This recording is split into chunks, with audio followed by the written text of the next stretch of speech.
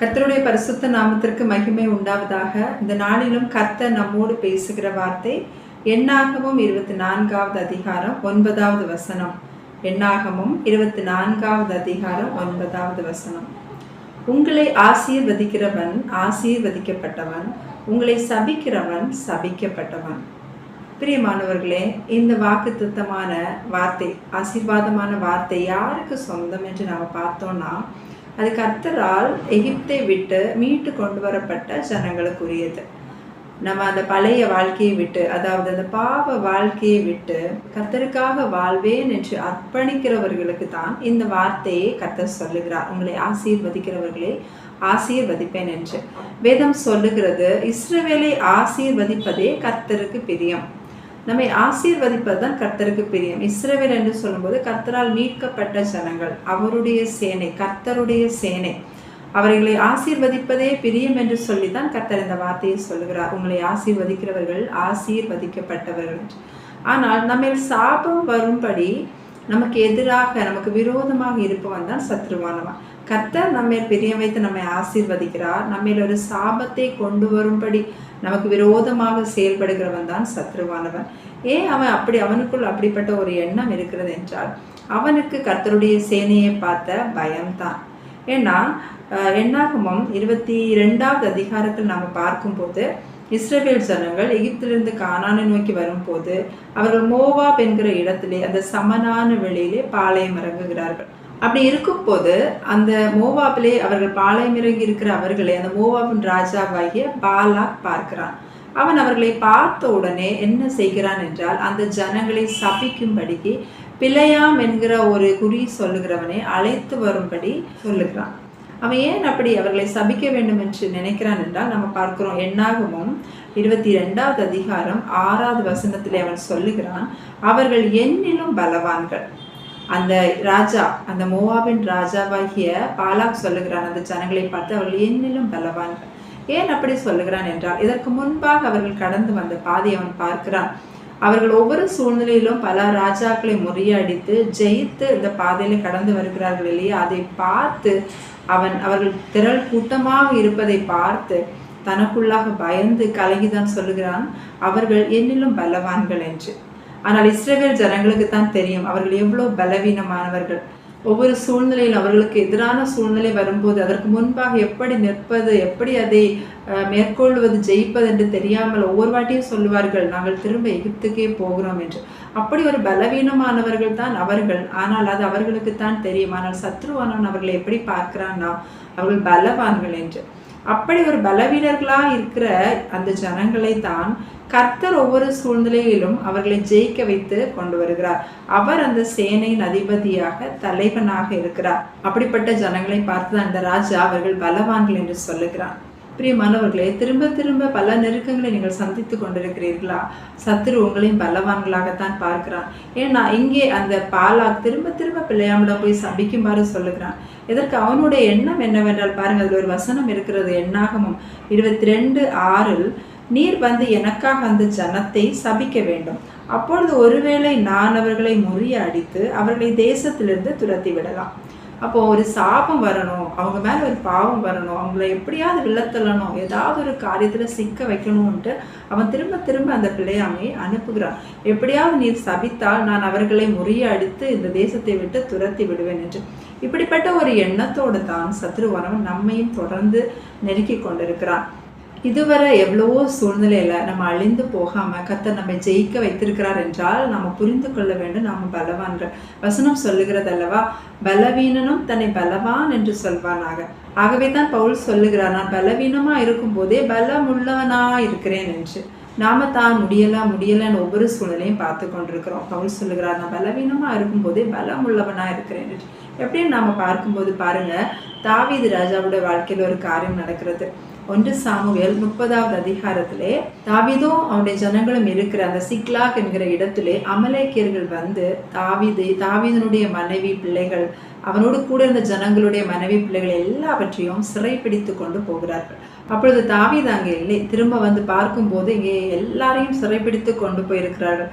அப்பொழுது பாருங்கள், 1 சாமுவேல் 30வது அதிகாரம் 4வது வசனத்திலே சொல்லப்பட்டிருக்கிறது.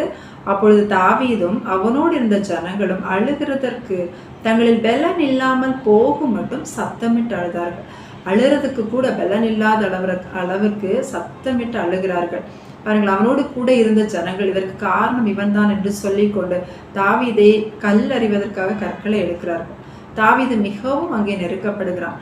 இந்த ஒரு நெருக்கமான சூழ்நிலையிலே தாவீது செய்த காரியம் என்னவென்றால் 6வது வசனத்திலே சொல்லப்பட்டிருக்கிறது, தாவீது தன் தேவனாகிய கர்த்தருக்குள்ளே தன்னை திடப்படுத்தி கொண்டான்.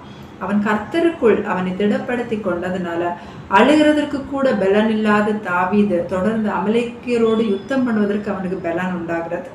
தொடர்ந்துள்ள வசனமே நம்ம வாசிக்கும் போது 19வது வசனத்தில் சொல்லப்பட்டிருக்கிறது, ஒன்றும் குறைபடாமல் எல்லாவற்றையும் தாவீது திருப்பி கொண்டான். அவனிடத்துல இந்த என்னென்ன காரியங்கள் சிறைப்பிடித்து கொண்டு போகப்பட்டதோ அவற்றில் ஒன்று கூட குறைபடாமல் எல்லாவற்றையும் அவன் திருப்பி கொண்டு வருகிறான். அந்த சூழ்நிலையிலே தாவீது அப்படி அழுது கொண்டே இருந்தால் எல்லாவற்றையும் திருப்பி கொள்ள முடியுமா என்பது நமக்கு தெரியாது. ஆனால் அவன் கர்த்தருக்குள்ளே திடப்படுத்தி கொண்டான். பிரியமானவர்களே, ஒவ்வொரு சூழ்நிலையிலுமே நம்ம கர்த்தருக்குள் நாம் திடப்பட வேண்டியது அவசியம். அப்போதான் நாம இழந்து போன காரியங்களை நம்முடைய வாழ்க்கையில நாம திரும்ப பெற்றுக்கொள்ள முடியும். நம்ம சோர்ந்து போய் அழுது கொண்டு இல்லாமல் கர்த்தருக்குள் நம்மை திடப்படுத்த வேண்டும்.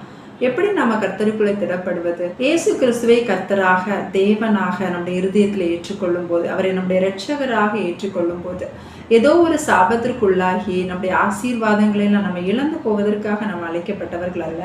அந்த ஆசீர்வாதத்திற்கு சொந்தக்காரர்களாக ஆண்டவர் வைத்திருக்கிறார். ஆகவே தான் சொல்லுகிறார், உங்களை ஆசீர்வதிக்கிறவன் ஆசீர்வதிக்கப்பட்டவன், நீங்கள் ஆசீர்வாதமாக இருக்க வேண்டியவர்கள் என்று. ஒரு காலத்துல நம்ம சாபத்துக்குள்ளானவர்களாக எந்த ஆசீர்வாதத்திற்கும் தகுதி இல்லாதவர்களாக இருந்தோம். ஆனால் நம்மேல் இருந்த சாபத்தையும் பாவத்தையும் இயேசு கிறிஸ்துவை ஏற்றுக்கொண்டு அவர் நமக்காக சிலுவையிலே சாபமானார். அப்படிப்பட்ட இயேசுவை நம்முடைய வாழ்க்கையில ஏற்றுக்கொண்டு நம்முடைய வாழ்க்கையிலே அவருக்கு முழுவதுமாக இடம் கொடுக்கும் போது நாம் அவருக்குள்ளாக திடப்பட முடியும். பாருங்க, 2 நாளாகமும் 14வது அதிகாரத்திலே ஆசா என்கிற யூதாவின் ராஜாவை குறித்து நாம பார்க்கிறோம். ஒரு விஷயம், அந்த ராஜாவுக்கு எதிராக எத்தியோப்பியர்கள் யுத்தம் செய்ய வருகிறார்கள். இந்த ஆசா ராஜாவோடு 5 லட்சம் சேனையுடைய பராக்கிரமசாலிகள் இருக்கிறார்கள். ஆனால் அவனோடு எதிர்த்து யுத்தம் பண்ண வருகிற எத்தியோப்பியரிடம் 10 லட்சம் ஆட்களும் ரதங்களுமாக அவர்கள் யுத்தம் பண்ண வருகிறார்கள். இதை கம்பேர் பண்ணி பார்க்கும் போது ஆசாவிடம் 5 லட்சம் சேனை தான் இருக்கு, 5 லட்சம் உடைய சேனை தான் இருக்கிறது. ஆனால் ஆப்போசிட் டீம்ல அதை விட 1 மடங்கு அதிகமாக காணப்படுகிறது. அப்போ அவர்களுக்கு முன்பாக இவர்கள் பலவீனர்களாக இருக்கிறார்கள். அந்த சூழ்நிலையில ஆசாவுடைய பார்வைக்கு அந்த எத்தியோப்பியர் பலவான்களாக இருக்கிறார்கள். நம்மளை மிஞ்சின ஒரு பாரம் வரும்போது, நம்மளோட தகுதிக்கு மிஞ்சின ஒரு காரியம் வரும்போது நம்ம பலவீனர்களா உணர்வோம் இல்லையா? அந்த மாதிரி தான். ஏன்னா ஆசா கிட்ட 5 லட்சம் ஆட்கள் கொண்ட ஒரு சேனை தான் இருக்கிறது. அதே நேரத்தில் எத்தியோப்பியரிடம் 10 லட்சம் ஆட்கள் கொண்ட வீரர்கள் கொண்ட சேனை காணப்படுகிறது. இந்த சூழ்நிலையிலே ஆசா என்ன செய்கிறான் என்றால், அந்த 2 நாளாகவும் 14வது அதிகாரம் 11வது வசனத்திலே சொல்லப்பட்டிருக்கிறது, உம்மை சார்ந்து உம்முடைய நாமத்திலே ஏராளமான இந்த கூட்டத்திற்கு எதிராக வந்தோம். கர்த்தாவே, நீர் எங்கள் தேவன், மனுஷன் உம்மை மேற்கொள்ள விடாதே. பாருங்க, இந்த இடத்துல ஆசா சொல்லுகிறான், மனுஷன் உம்மை மேற்கொள்ள விடாதே. எவ்வளோ க்ளோஸா கர்த்தருக்கு அந்த இடத்துல இடம் கொடுக்குறான். நான் உமக்குள்ளாக வந்துட்டேன் ஆண்டவரே, நீர் தான் என் தேவன், மனுஷன் உண்மை மேற்கொள்ள விடாதே. அந்த ப்ராப்ளத்தை, அந்த எத்தியோப்பியர்களை மனுஷன் எங்களை மேற்கொள்ள விடாதேன்னு கேட்கல, மனுஷன் உண்மை மேற்கொள்ள விடாதே. ஒருவேளை அவர்கள் எங்களை முறியடித்தால், எங்களை தோற்கடித்தால், அவர்கள் உண்மை தோற்கடித்தது மாதிரி, உண்மை மேற்கொண்டது மாதிரி, அந்த அளவுக்கு அந்த ஆசா கர்த்தரோடு உள்ள அந்த உறவுல ஆண்டவரோடு அப்படி இணைந்து இருக்கிறான். அதனாலதான் அவனால் அப்படி ஒரு ஜெபத்தை அங்கே செய்ய முடிகிறது. அப்படி அவன் ஜெபம் செய்யும்போது கர்த்தர் என்ன செய்கிறார் என்றால், அடுத்த வசனத்திலே நம்ம தொடர்ந்து வாசிக்கும் போது, கர்த்தர் அவர்களை முறியடிக்கிறார். கர்த்தருக்கும் அவருடைய சேனைக்கும் முன்பாக அவர்கள் திரும்ப பலம் கொள்ளாமல் நொறுங்கி போனார்கள். அந்த எத்தியோப்பியர் திரும்ப பலம் கொள்ள முடியவில்லை.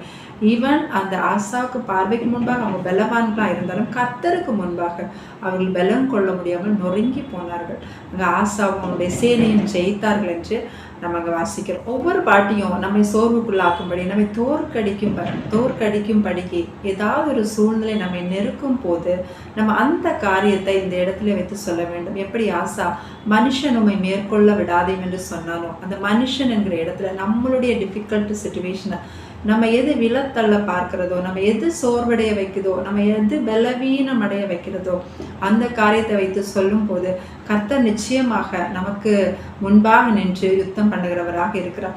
அந்த சூழ்நிலை அவருக்கு வந்தது மாதிரி கர்த்தர் நின்று நமக்கு ஜெயத்தை கொடுக்கிற தேவனாக, கர்த்தருடைய சேனையின் தலைவராக ஆண்டவர் அங்கே இருக்கிறார். அது எந்த சாபமா இருக்கட்டும், எந்த நோயா இருக்கட்டும், எந்த பாவமா இருக்கட்டும், அது நீரே என் தேவன் ஆண்டவரே, அது உம்மை மேற்கொள்ள விடாதேயும் என்று சொல்லும் போது கர்த்தருக்குள் நம்ம திடப்படுகிறவர்களாக மாறுவோம், நம்ம பலவான்களாக மாறுவோம். எல்லாவற்றையும் நம்ம திருப்பி கொடுக்கிறவர்களாக கர்த்தர் நம்மை மாற்றுவார். நம்ம கிரகிக்க கூடாத பல காரியங்களை, ஆசீர்வாதமான காரியங்களை கர்த்தர் நம்முடைய வாழ்க்கையிலும் செய்வார்.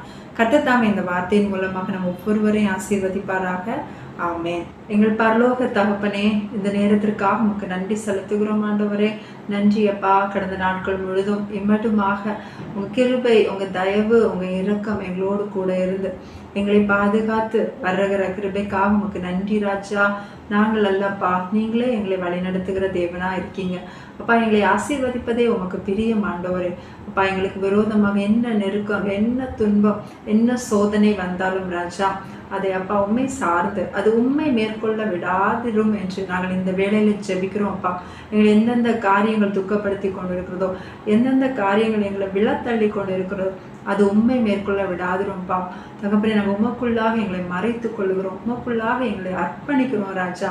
அப்பா, எங்களுடைய ப்ராப்ளத்தை நீங்கள் ஏற்றுக்கொண்டிருக்கீங்க சிலுவையில் அப்பா. இன்னைக்கு அப்பா நாங்கள் அதை உணர்ந்து கொண்டவர்களாக, நாங்கள் அதை ஜெயிக்கிறவர்களாக எங்களை மாற்றுவீராக.